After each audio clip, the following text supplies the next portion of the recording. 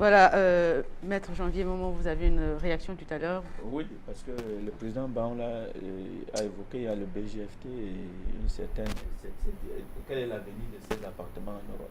C'est ce que je voulais que tu poses au président Baoula comme question. Oui, mais je n'ai pas de problème. Le BGFT, I have the document. Je n'ai pas de problème. Hein. Voilà le document. Voilà le gros document que j'ai. Vous avez vu ça? J'ai l'album. Je connais tout ce qui se passe. 160 milliards par an qu'on écume. Voilà les faux reçus. Voici les faux reçus. Je ne parle pas derrière. Voici. Voici ça. Vous avez vu? Je ne parle pas derrière. On spolie les Camerounais. Un monsieur s'assoit et pense un truc et se met à manger. Je vais vous lire deux petits trucs. BGFT est une entité syndicale. Et le syndicat qui est dans le transport. Qu'est-ce qui se passe? Issa Chirouma, bonjour, je voulais lui dire que chacun mange. Voilà son nom, il a signé. Je vous amitié, voilà, monsieur Issa Chirouma. Voilà. Mettez bien qu'on voit sa signature. Voilà, je mange. Les autres doivent se taire. Voilà. Bon, c'est vrai que de temps en temps, on peut écorcher les amis. Un bonjour quand même particulier à son épouse. Bon, monsieur le président national, il encourage même à créer un poste ici. Et il dit que malgré l'illégalité de la conformité, parce que ce n'est pas une institution reconnue, c'est une institution qui existe par arrêté ministériel. Ah, donc il y a un projet qui est fait et le chef de l'État instruit l'enquête, instruit plutôt ce travail auprès du Premier ministre. Le Premier ministre, avec une commission, avec tous les représentants, la présidence, la commission du transport et tout. Mais est-ce qu'ils ne rendent pas compte, président? Mais ils ont rendu compte. Ils rendent compte. Qu'est-ce qui se passe? Chaque secrétaire général qui arrive, même celui-ci qui est ici, il a mangé un peu. Il a même fait une lettre d'amour pour dire aux gens, non, attendez d'abord, on va voir ça après. J'ai tous les documents ici. Donc, vous ne pouvez pas continuer à poser des actes et vous estimez que non, personne ne doit rien dire, vraiment. Il faut c'est un ami. Bon, vous vous servez. Et nous, on fait comment? On va aller vivre où? Voilà. Monsieur le secrétaire général de la présidence a posé un acte. Ferdinand Ngongo. Vous voulez voir le document? Oui. Nous, on veut vraiment le voir. Voilà. Voilà le document. Je voulais dire bonjour ce matin aussi. Parce que j'ai omis. Voilà. Que dit le document? Voilà. Écoutez comment on manipule l'administration de notre pays. Parce qu'on a des intérêts mafieux. Voilà votre nouveau secrétaire général à la mesure du punk. Ajournement de la réforme. Un dossier instruit par le chef de l'État. Objet, ajournement de la réforme du BGFT. Ça veut dire que vous avez fini de travailler, vous attendez. Le ministre secrétaire général à monsieur le ministre des Transports. D'abord, il n'informe pas le Premier ministre. Il méprise le Premier ministre. Parce que c'est le Premier ministre qui est le chef du gouvernement. C'est clair. Et c'est lui qui a organisé le travail. Ouais. Et ce groupe de travail a rendu copie pour... ils ont mis en place, disons que, un texte qui devait être homologué par un projet décret. Me référant au climat social. Vraiment, ça dit ce pays. Ça dit quand vous regardez ce que les gens font. Me référant au climat social actuel marqué par les différentes négociations en cours entre les partenaires sociaux et le gouvernement, il parle même le gouvernement. Est-ce qu'il est le Premier ministre? Le secrétaire général était ministre, monsieur. Et son patron direct, c'est le Premier ministre. Et il dit, il plante ça sur son dos. En me référant au climat social actuel marqué par les différentes négociations en cours et entre les partenaires sociaux et le gouvernement au sujet de la hausse des prix du carburant, j'ai l'honneur de vous demander de bien vouloir surseoir momentanément à la réforme du Bureau général de fret. BGFT, signé Ngongo. Il mange, on lui a rendu visite, il a mangé. Voilà le document. Voilà, c'est des techniques.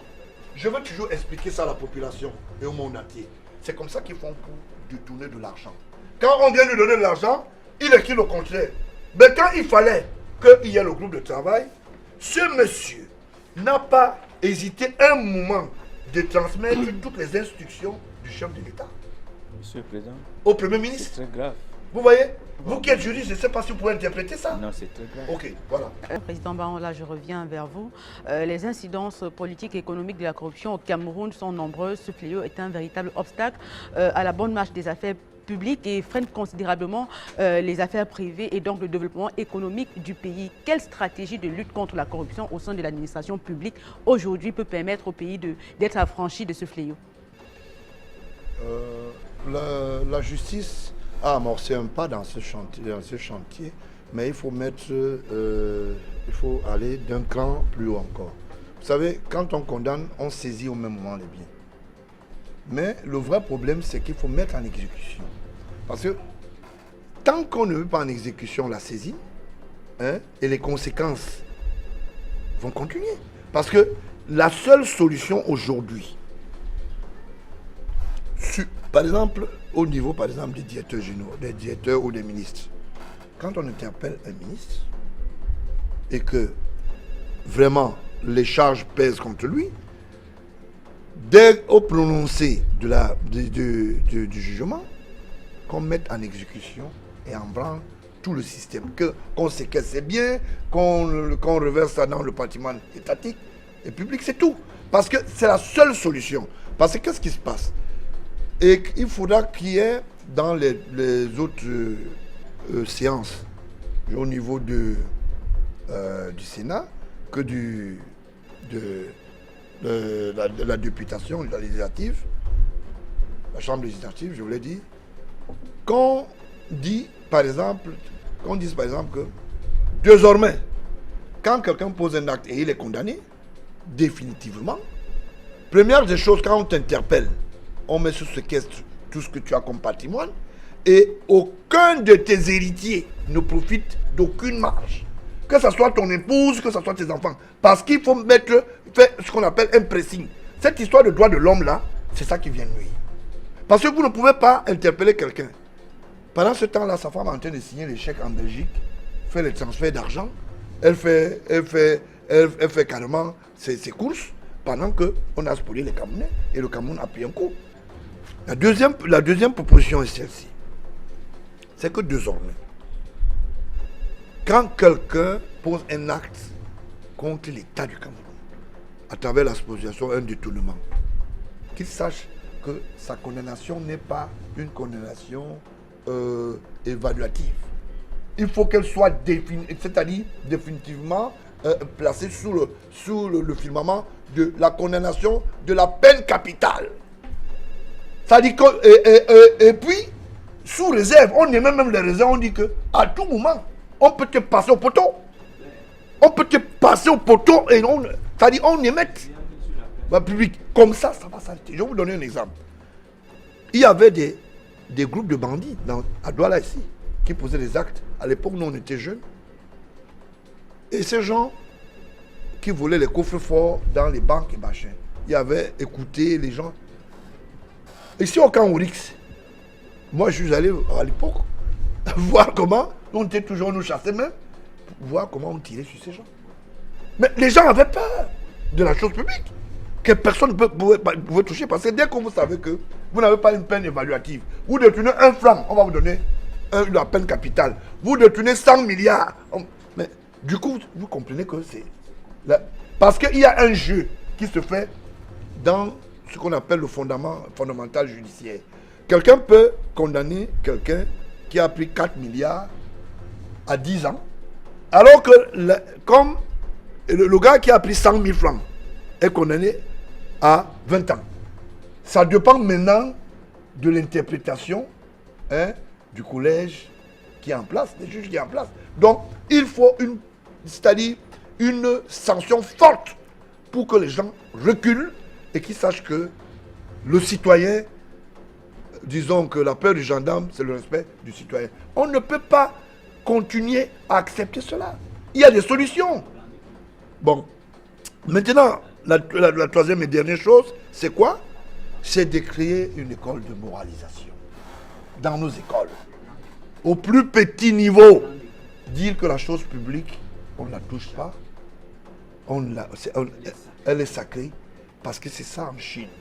Quand vous allez en Chine, vous regardez dans tous ces pays, en Russie, on dit que la chose publique est sacrée. On apprend ça à l'école, on te dit que ne jamais toucher, c'est pas bon. Et c'est pour ça qu'aujourd'hui, il y a des pays où vous posez un acte, on vous passe à la place. Carrément, c'est clair. Et si nous posons des actes pareils, toute la prédation là, toute la classe des prédateurs là, ils vont disparaître. Parce que il y a le côté contraire maintenant. La quatrième proposition peut être celle-ci, ou devra être celle-ci. Tous les gens qui ont spolié, on séquestre leurs biens. C'est-à-dire intentionnellement, parce qu'il y a un article, l'article 38, la vie d'ensemble. Ça veut dire que cet article, c'est un article qui est lié au code fiscal ou bien au code de l'imposition. On attend les histoires de déclaration de l'article 66. Mais monsieur, vous avez des biens qui ne sont pas justifiés. On saisit, on ne vous demande même pas apporter les justificatifs. Vous comprenez? Parce qu'on ne peut pas fonctionner comme ça. Quelqu'un s'assoit un matin, on vous dit qu'il a 14 immeubles. Il a fait comment? Je veux bien que dans tous les pays, il y a les riches. Et il y a ceux qui sont des créateurs de richesse. Mais pour créer la richesse, il faut quand même... Et c'est ça qu'il faut aujourd'hui. Vous voyez ce qui se passe chez les Boko Haram et machin. C'est parce que les gens ont de l'argent pour animer cela. Ils savent que, bon, ok, comme j'ai fait la prédation pour 10 milliards, si je mets 1 milliard, je ne perds rien. D'accord? Je demande aux gars à fabriquer même les armes artisanales. Vous allez le faire. Et le train de la vie de l'État doit être encore resserré. Parce qu'il y a des gens qui s'amusent encore avec les biens de l'État. Il y a encore... On enlève un ministre, on trouve 14 véhicules. Dernièrement, avec le ministre Mbengo, qu'est-ce qu'on a trouvé chez lui? Tout un palier. Des voitures non immatriculées. Il dit non, je gardais. Tu gardes les biens de l'État dans ta maison. C'est autant de choses. On ne peut pas accepter ça. Pendant qu'on est en train de parler des choses sérieuses, vous trouvez des gens qui pensent qu'eux, ils sont très forts. Ils sont au-dessus de la loi. Hein? Est-ce qu'on peut aller distribuer de l'argent public? Monsieur le Président du Sénat, vous jetez des billets d'argent alors qu'il n'y a pas de salaire au Sénat. Je prends à témoin le questeur financier. On ne paye pas les gens au Sénat. Les gens n'ont pas de salaire. On ne paye pas les missions. Le directeur du cabinet de Niat vit avec ce qu'on appelle un neufetier. On ne paye pas les gens. Les gens travaillent aux heures indues. Ils n'ont pas les émoluments. Mais vous venez devant les gens et il y a des gens qui applaudissent. C'est l'incitation à la révolte. Là où les gens ont faim, on ne fait pas de la parodie. Vous ne pouvez pas venir pendant que quelqu'un a faim, vous êtes en train de balancer des billets d'argent. Ce n'est pas normal. Et c'est ça qui a amené Yves Michel Foucault en prison. Parce que le chef de l'État, on lui a ramené, il dit, mais attends, lui il a la caméra et il distribue autant d'argent. Il est devenu état-fils. Ah non, là c'est bon, c'est pas bon. Ce monsieur commence à regarder de quoi il s'agit. On ne peut pas. La vie ostentatoire peut porter à des entourloupes, de créer des foyers d'hostilité insoupçonnables. Voilà des gens qui posent des actes. Quelqu'un part d'ici, il arrive à Genève, sa femme va acheter les assiettes pour 15 millions. C'est le couvert de madame. Et vous ne voulez pas payer l'employé de 40 000? Et vous estimez que vous êtes ministre? Personne n'a rien à vous dire. Si vous dites quelque chose, si on vous dit quelque chose, vous allez dire, non, c'est pas normal. L'huissier qui est devant votre porte, hein, vous ne pouvez pas, le soir, lui demander de porter votre sac et qui se rend compte qu'à la première boutique, vous êtes en train de donner l'argent à un mendiant, hein, alors que lui-même, il en a besoin. Commencez par lui donner. Commencez par votre... On balaye devant sa porte. C'est autant de choses qui vont amener. Et vous, les femmes, vous devez jouer un rôle. Le rôle de la femme est primordial dans une société qui veut être prospère. Il y a un truc, ou bien il y a une stratégie que je n'ai jamais acceptée. C'est inadmissible. Votre époux a 1 million de salaire. il n'a pas contacté un crédit. Il vous envoie acheter le matériel de 15 millions. Il n'a pas gagné marché. Il peut être créateur, il peut même faire des doubles emplois. Il peut avoir quelqu'un qui fait qui a plusieurs casquettes. Mais posez la question que là où on part même là, c'est comment? Parce que vous avez des enfants. Regardez tout ce qui se passe. Vous avez les plus belles femmes qui écument les bordures de prison, les devantures de prison, parce que c'est la calèche. Elles sont là, c'est le miel. Et le miel s'arrête à un moment. Vous comprenez? Et c'est ça qui est dangereux. Avant qu'on interpelle, attends, je l'ai dénoncé dans d'autres médias, pour lui dire, monsieur, là où vous poussez le bouchon, là, vous allez voir. Il m'a renvoyé une nouvelle pour me dire, je suis avec certains membres de votre famille, on ne va rien me faire. C'est ça le voilà qui est dedans. Je lui avais dit, ça n'a pas fait une semaine, je lui ai dit, l'histoire est compliquée. Là où tu t'en vas déjà là, c'est mauvais. Tu ne peux pas être un ministre, tu viens prendre de l'argent dans un hôtel au vu au-dessus de chacun. C'est-à-dire, tu entres dans une chambre, tu sors avec les mallettes d'argent, tout le monde voit. Starland. Je n'ai jamais oublié cette histoire. Starland. Et j'ai appelé le ministre Atanakuna, j'ai son numéro. Je l'ai appelé sur son numéro orange. Il était en train de prendre la route sur Yaoundé. Atanakuna prend le téléphone et il me dit, je suis quand même ministre. Maintenant, tu es ministre là-bas, non? Quand on vous parle, vous n'écoutez jamais. Vous estimez que vous êtes des grandes personnes, ne doit vous parler. Vous êtes des gens qu'on a choisis, vous êtes des élus du peuple. Quand on se rappelle que c'est des gens qui pouvaient travailler à Tanakona, je l'ai vu, travailler au premier ministère. À l'époque, il était un homme un peu plus conscient. Avec le Lekini Donfak. Ils étaient dans un bureau tout serré là. Chacun se débrouillait. Dans son coin, quand il faisait chaud, il tirait le pantin où chacun mettait un petit cahier pour que le soleil. C'est des gens qui ont vécu une certaine vie. Mais on ne refuse pas. Expliquez-moi. Vous allez au Carrefour Lonkak, à Yaoundé. La pharmacie de la femme de Lekini Donfak est dans une maison de l'État.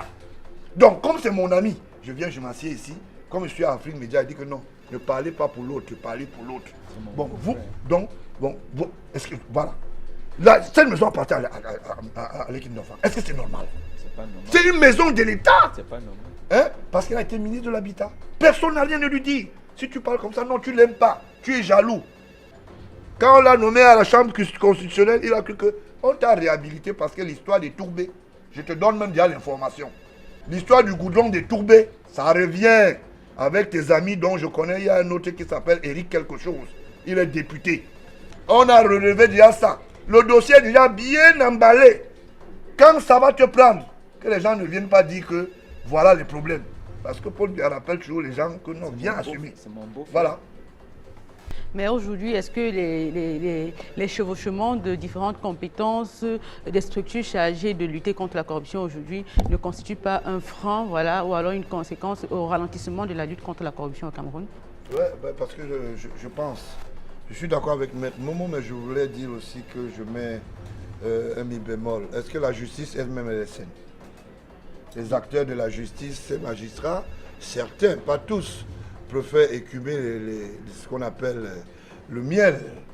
Et on connaît. Vous voyez, quand vous trouvez un magistrat qui pose des actes qui ne respectent pas la loi, il vous dit, je condamne, vous allez, disons que, ou bien, vous perdez le procès, vous allez faire recours à la prochaine cour, mais il y a un problème. Il faut commencer à les punir. Il faut les sanctionner. Parce qu'il n'y a pas eu quelqu'un dans le monde qui dit que je suis gendarme et je ne respecte pas le cahier de charge. Il faut les sanctionner. Pour les sanctionner, c'est d'abord de les priver de tous les dossiers. Par exemple, le ressort de Douala. Le procureur général, par exemple, quand un juge, son nom revient à répétition dans les histoires foncières, et qui peut s'appeler Elanga, vous lui enlevez les dossiers et qu'il aille voir ces gens de la présidence dont il dit là. Parce que le chef de l'État est au courant. C'est lui le premier magistrat. Le chancelier est au courant de ce comportement. Les gens ne peuvent pas négocier l'argent avec le justiciable. Il y a des avocats qui refusent aujourd'hui d'aller vers, et ça, Maître Moum n'a pas voulu le dire, par enchantement, qui refusent d'aller vers les juges parce que simplement on va lui poser le problème. Votre client a pris de l'argent, vous avez pris de l'argent, moi aussi, j'attends ma part. Il y a des juges qui le disent, il y a des vidéos qui se baladent, moi j'en ai transmis. En ce moment, à Douala, je connais certains magistrats qui sont véreux. On m'a apporté des dossiers avec des preuves. D'accord? Tu te demandes, est-ce que nous sommes encore au Cameroun? Mais vous avez une affaire, on vient de trouver une lettre de désistement que vous avez désisté. Et vous ne savez Vous pas à quel moment vous avez désisté. Mais on statue contre vous. Oui, on statue contre vous. Vous avez désisté dans une affaire. On ne sait pas à quel moment le désistement est intervenu. Quelqu'un vient, il se plaint, il dit, je suis propriétaire d'une maison, il n'a pas le titre de propriété. Une maison qui est sous, par exemple, hypothèque. Peut-elle être convoyée à la commercialisation? Non. Mais quelqu'un vient et dit à l'autre que non, va saisir le compte là. Et tu saisis et tu dis non, tu as bien fait. De quelle loi s'agit? Les avocats sont appelés au concierge. Certains qui sont véreux, appelés, bon, ok, bon, comme tu vois là, l'autre client est le meilleur pourvoyeur. Oui. Bon, vous savez, avec l'autre, on ne gagne pas grand-chose. On fait comment? C'est terminé. C'est terminé parce que on va passer à la trappe.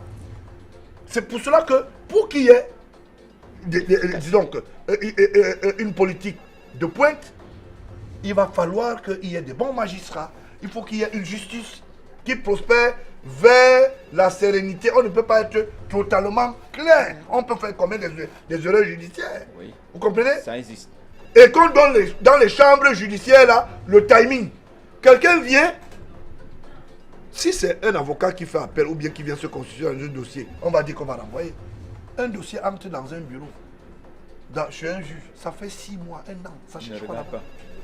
On fait des renvois en fonction de ce que... Bon, on était dimanche ensemble à la réunion là.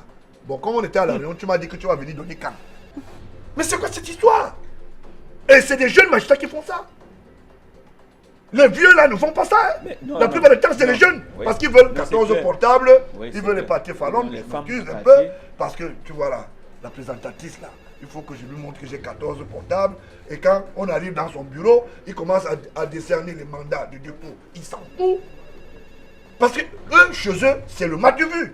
Mais si vous voulez, le mat de vue, soyez des hommes d'affaires, quittez la magistrature, devenez des commerçants, hein, des opérateurs économiques. Et s'il n'y a pas de justice, il n'y aura pas de paix. Il n'y aura pas de paix. Parce que là où je parle, je dis que le foyer le plus dangereux aujourd'hui au Cameroun, c'est Douala. Ouais. Les affaires foncières qu'il y a à Douala sont, ça dit, c'est insoupçonnable. Le juge administratif qui est la ministre des Affaires foncières. La juge administrative, parce que, en fait, les lois prévoient que tu ne peux pas obtenir sans qu'elle ne puisse endosser et dire que je te reconnais. Comme on dit au quartier, surtout on donne un titre foncier et tout. Mais les gens s'en foutent. Les gens s'en foutent. On dit aujourd'hui c'est ça, demain ce n'est pas ça. Et puis il y a une descente sur le terrain. Un commissaire reçoit les ordres d'un autre commissaire, fut-il divisionnaire. On refuse de mettre en application les instructions d'un procureur de la République, qui est le patron des auxiliaires. De justice. Hein? Parce que simplement, on estime que c'est l'ami de tel. Un secrétaire général qui est à l'université, discute les terrains, il bagarre, il dit à tout le monde que voilà, je suis secrétaire général à l'université de Douala. Comme vous voyez là, vous allez vous me sentir passer. C'est autant de choses. On ne peut pas continuer comme ça, madame. Vous ne pouvez pas nous demander. Je peux vous démontrer. Voilà par exemple le bien de l'État ici. Ça c'est un titre foncier de l'État que quelqu'un a tenté de détourner. De la Camer. Est-ce que vous savez que... Voici ça. Voilà le titre foncier. Le bien de l'État. Ça veut dire qu'on sait que ça c'est le consortium de l'État. Quelqu'un va fabriquer un autre faux titre. J'ai dû peser de mon poids. J'ai saisi le chef de l'État politique matin. Camerco a un patrimoine. Vous ne pouvez pas laisser un monsieur qui était un aventurier et qui est l'ami du ministre Moutazé. Ils sont en train de faire le cacao du côté de l'ouest. Je voulais un peu dire l'usine de cacao. Ils voulaient prendre les bureaux en face de la gendarmerie. Là où la caméra est. J'ai dit non. J'ai dû saisir le chef de l'État parce que j'ai dit c'est pas possible. C'est récemment qu'on a restitué le patrimoine. L'État discute contre un individu. Le DG de la Camerco habite dans un appartement. Je crois que peut-être il a regardé les locaux ce jour-ci. Dans un appartement. L'immeuble de Camer, pas mitoyen à la délégation. Les gens viennent construire à l'intérieur, ils disent que c'est leur propriété. L'autre dit, je m'appelle Néossi. Il porte les titres fonciers du patrimoine de l'État de Kribi. Il vient hypothéquer à la CCI. La CCI qui est devenue spécialiste des faux titres. Vous voyez toujours que mon est en train de se balader dans les couloirs. Oui, monsieur le juge, je veux venir te donner quelque chose. Tu donnes quoi? L'État est garant et protège ses biens. L'immeuble de Afriland, où c'est CCI, où c'est quoi là? Ça se trouve sur le terrain de l'État. C'était l'ancien Sénat des Forts qui était là. À quand est-ce que l'État a vendu cet endroit? Il y a eu le gré à gré quand monsieur Kemewa te dit que monsieur Abba est actionnaire, Atanomobara est actionnaire, Amugunoma, le feu, Amugunoma était actionnaire, et ils étaient tous des actionnaires, personne n'a rien à leur dire. Dès que tu commences à parler, on dit non, c'est parce que tu es jaloux, tu sais que tu n'es pas un homme normal. Hein? Or, quand tu vas vérifier, c'est ça. Regardez comment ça te pile comment tu ne fermes les portes. Parce que les gens ont pris les biens de l'État et ont pioté dans les banques. Ils ne peuvent plus. La banque la plus victime aujourd'hui, c'est la CBC. Vous allez faire comment? Parce que les gens harmonisent le faux, prêtent la langue. La justice devra être un leitmotiv d'une république sérieuse, d'une république debout. S'il n'y a pas de justice, on est voué à l'échec. Et l'échec, c'est quoi? C'est les problèmes.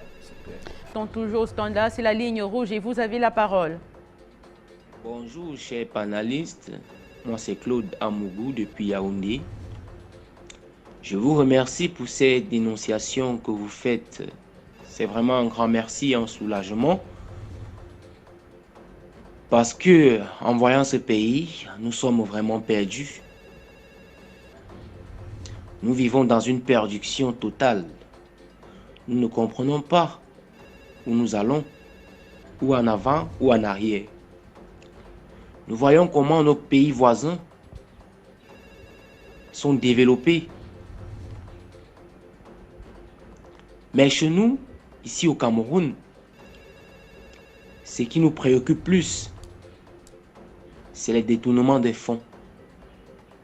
Avec cette allure, allons-nous arriver? Allons-nous vraiment arriver? C'est la question que je me pose. Que font-ils des générations futures? Que diront-ils à leurs enfants? Quelle éducation on nous donne, nous la jeunesse? Quelle éducation, vraiment? Nous ne comprenons pas ce qui arrive à notre Cameroun. Ce qui arrive à nos parents. Quelle est cette mentalité que le Camerounais a? Comment pouvons-nous s'asseoir et se concentrer sur le vol? À cette allure, après on va dire c'est le président Biya. Le président Biya n'y est pour rien. Il assume sa posture de président. Les budgets, il y en a.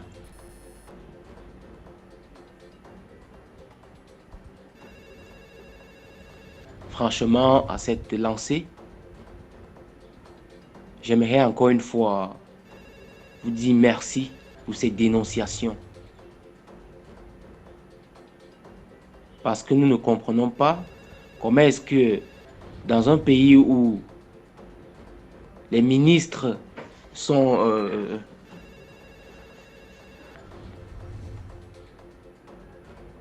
Voilà, on a perdu ce téléspectateur. Un autre appelant. Bonjour, c'est la ligne rouge. Vous avez la parole.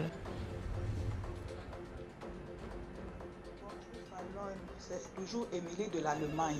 Je rappelle encore, s'il vous plaît, je suis très contente, je suis très émue. Parce qu'en dehors des autres panélistes comme Maître Momo, le président Bandakani, chaque fois que je vois le président Baron, là, je suis contente. Ici, aujourd'hui, en Allemagne, après votre mission, là, je vais sortir. Je peux même prendre 2 kilos aujourd'hui parce qu'il dit des vérités et c'est ce que cache toujours aux Africains. Nous, par exemple, moi qui suis ici, à l'étranger, je vis ça, je vois comment nos cadres, leurs enfants, je ne parle pas de l'Allemagne seulement, hein, en Belgique, comment il veut dire, en Belgique, comment on dit, en France, partout, je vois comment ils vivent, ils gaspillent leurs enfants. Un enfant de 18 ans gaspille l'argent, 1 000 euros, 2 000 euros pour eux, c'est comme 1 000 francs CFA là-bas en une journée. Donc quand je vois ça, ce qu'il dit là, je suis contente, ça confirme. Moi j'étais aux États-Unis, j'y vais régulièrement. Mais quand je vous dis, si vous voyez la maison, par exemple, de, comment on appelle encore, à Utah, à Maryland, vous serez dépassé. Vous serez dépassé. Donc, pour vous dire que comment le bas peuvent, eux, tous ces gens-là, ils nous trompent pendant que leurs enfants vivent bien. Ils nous trompent. Monsieur Baron, cher frère, moi, je souffre beaucoup. Même quand il y a un problème, on m'appelle ça, il faut envoyer l'argent à Douala, il faut envoyer l'argent à Idéa, il faut envoyer l'argent à Yaoundé, il faut envoyer l'argent à Babimbi. Mais c'est pas que tel est malade, il y a tel deuil. Et pourtant, il y a d'argent en Afrique. Je veux dire, à notre niveau, on mettait l'argent là au service du peuple. On n'allait pas souffrir comme ça. On est obligé de faire n'importe quoi ici, à déporter les cartons, tout, juste pour pouvoir aider nos familles. Cher frère Baroumla, protégez-vous parce que vous avez une lutte, un combat dur à mener. Vous avez beaucoup d'ennemis. Faites attention à vous. Courage. Merci à vous, Emily, pour votre appel ce matin. Nous sommes arrivés au terme de cette émission et nous vous disons merci, Président Baroumla, d'avoir accepté et honoré notre invitation ce matin. C'est moi qui dis merci. Et je voulais rassurer le peuple par ma modeste voix que je n'hésiterai pas de donner ma contribution sur Afrique Média et que les gens cessent de claironner à travers les SMS et les machins pour dire machin. Je suis responsable de mes actes, je les assume et je demeure le fils aîné du chef de l'État, M. Biya, n'en déplaise au plus malin. Merci.